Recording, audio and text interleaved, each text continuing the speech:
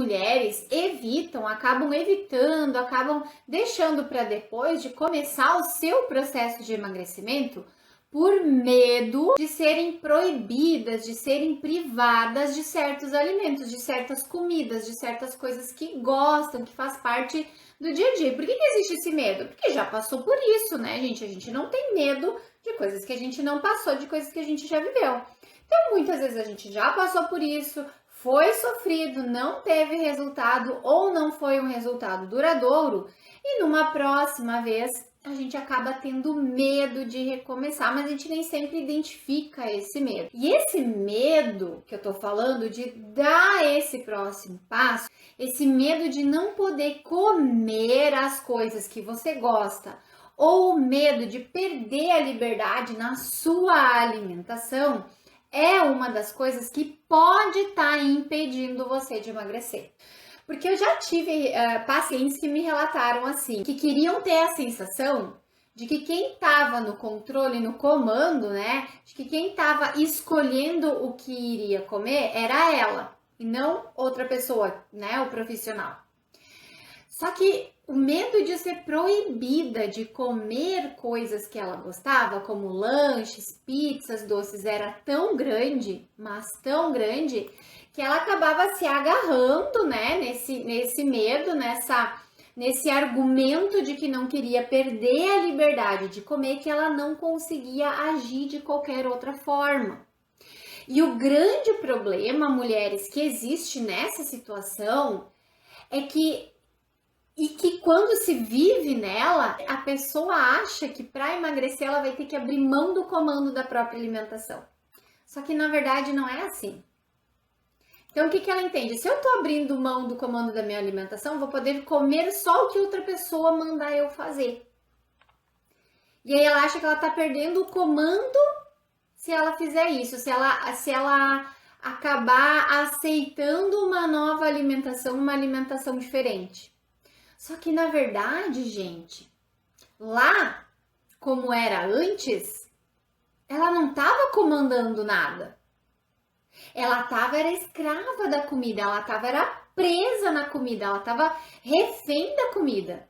Porque quando a gente está comendo de forma compulsiva, quando a gente está comendo de forma ansiosa, quando a gente come só porque vê a coisa que está ali na nossa frente, quando a gente come sem nem perceber, quando a gente come mesmo de barriga cheia, quando a gente come e se culpa depois e não consegue emagrecer, a gente não tá no comando de nada.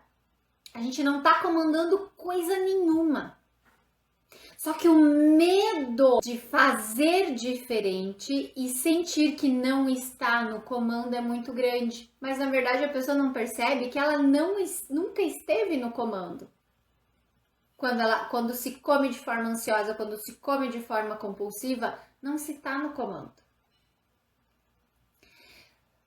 Só que nessa situação é muito difícil procurar ajuda. Porque esse medo é tão grande o medo de abrir espaço para novas possibilidades é tão grande que a gente não consegue sair do lugar. A gente acaba desenvolvendo uma alimentação cada vez mais ansiosa e não vai conseguir emagrecer o quanto quiser.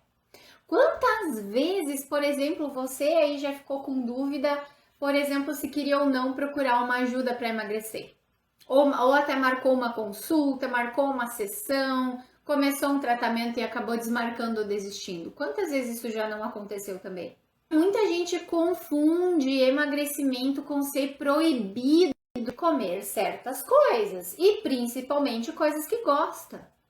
E aí bate aquele pensamento: vou aproveitar mais um pouco, vou aproveitar mais um tempo, depois eu mudo, depois eu procuro ajuda, porque agora eu não vou conseguir, agora eu não posso ficar sem isso, sem meu pão, sem meu doce, sem minha cerveja, sem meu churrasco. E aqui a ansiedade está dominando. E na verdade nem precisa ficar sem. Mas às vezes a gente tá tão domesticado, a gente tá tão moldado que a gente não consegue enxergar de outro jeito o processo de emagrecimento. A gente enxerga só aquele caminhozinho da dietinha, da restrição, da low carb. A gente não consegue enxergar o quanto isso não é normal. E aqui a ansiedade domina muito.